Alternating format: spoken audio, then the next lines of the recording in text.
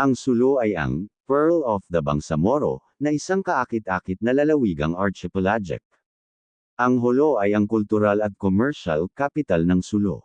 Kasama sa mga nangungunang wonders ng Crown Jewels na region na ito ang mga mayamang tausog cultural heritage, volcanic crater lakes, pristine coastlines, powdery white sand beach, lush mountains, at mga nakamamanghang lawa at mga kalapit na munisipalidad.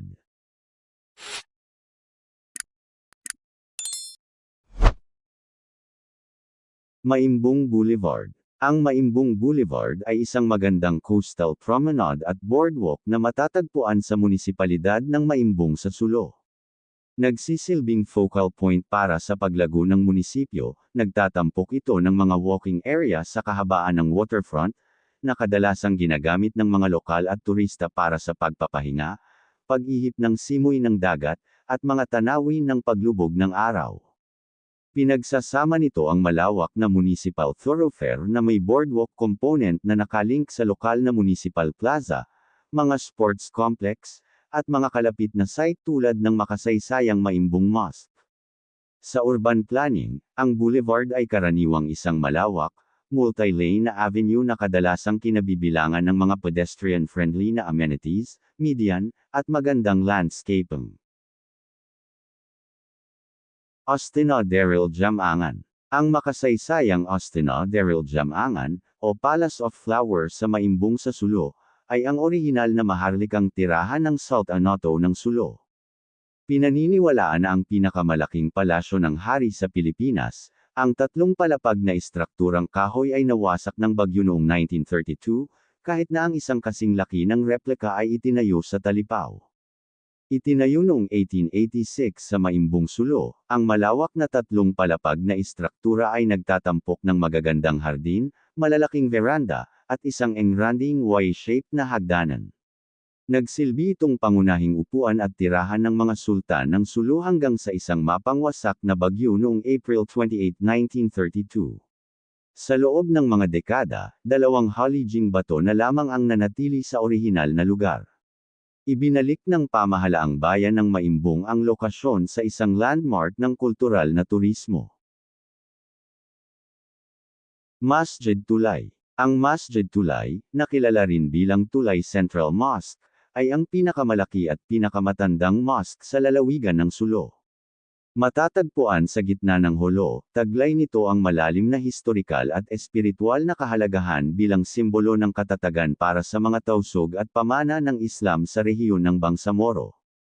Orihinal na itinatag noong 1884, ang mosque ay itinayo sa dating lugar ng palasyo ng Sulu Sultan, na ipinagkaloob sa komunidad bilang isang endowment. Ang makasaysayang kahoy na istruktura ay nawasak noong 1974 sa panahon ng matinding labanan sa pagitan ng gobyerno ng Pilipinas at ng Moro National Liberation Front.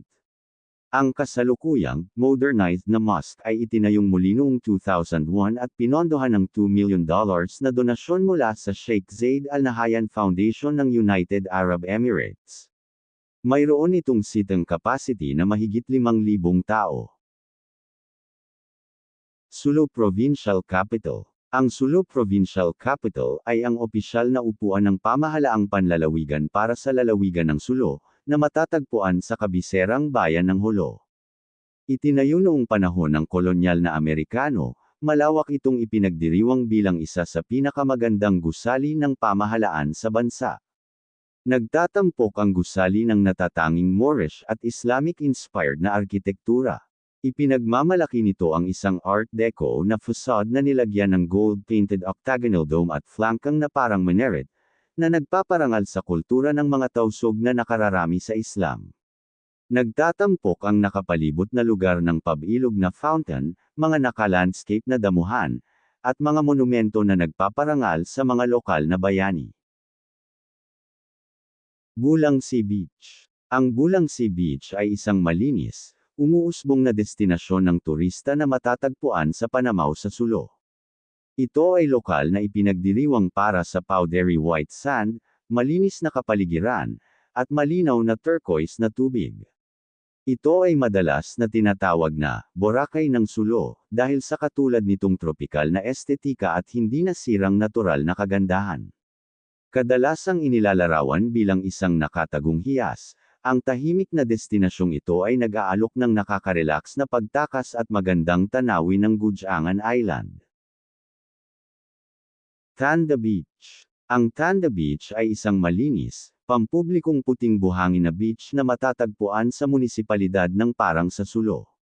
Kilala sa pulbos, puting baybayin nito at mababaw, esmeralda na tubig, ito ay may linya ng mga nyog at nagsisilbing isang tahimik, hindi pa nabuong tropikal na retreat.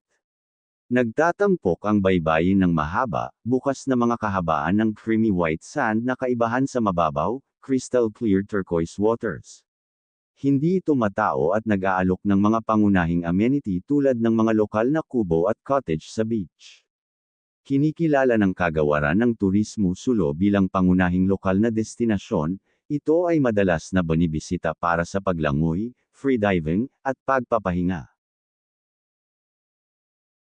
Mangsali Beach Resort. Ang Mangsali Beach Resort ay isang kaakit-akit na tropikal na getaway na matatagpuan sa munisipalidad ng Parang sa Sulo.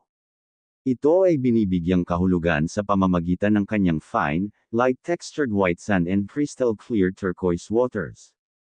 Nag-aalok ang destinasyon ng abot-kaya, tahimik, at hindi mataong karanasan sa baybayin.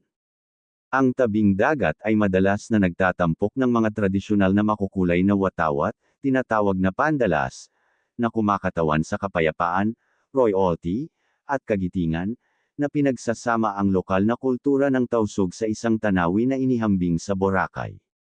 Kilala ang resort sa mga simpleng cottage nito na itinayo sa mga kahoy na stilt sa ibabaw ng mababaw na tubig, na konektado ng makipot na mga walkway na nagbibigay daan sa direktang pag-akses sa karagatan. Dahil sa transparent na emerald water at makulay na marine life, isa itong magandang lugar para sa swimming, snorkeling, at relaxing.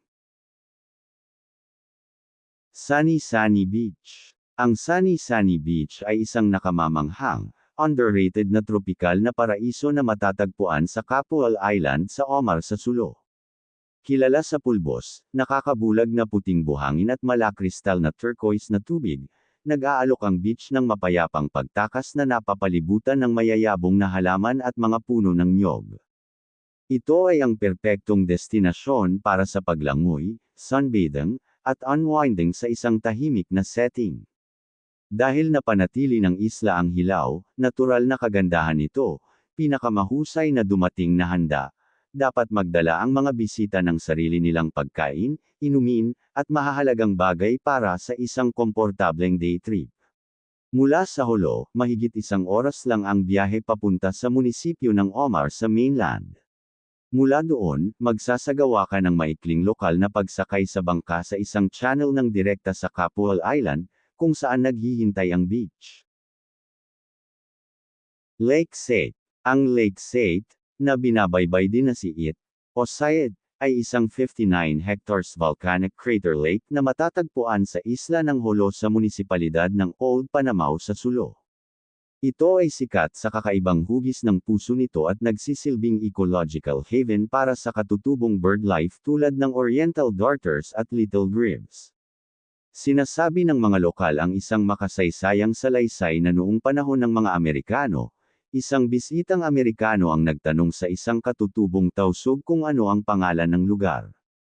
Sumagot ang katutubo ng si It, na kalaunan ay naging pangalang Seit.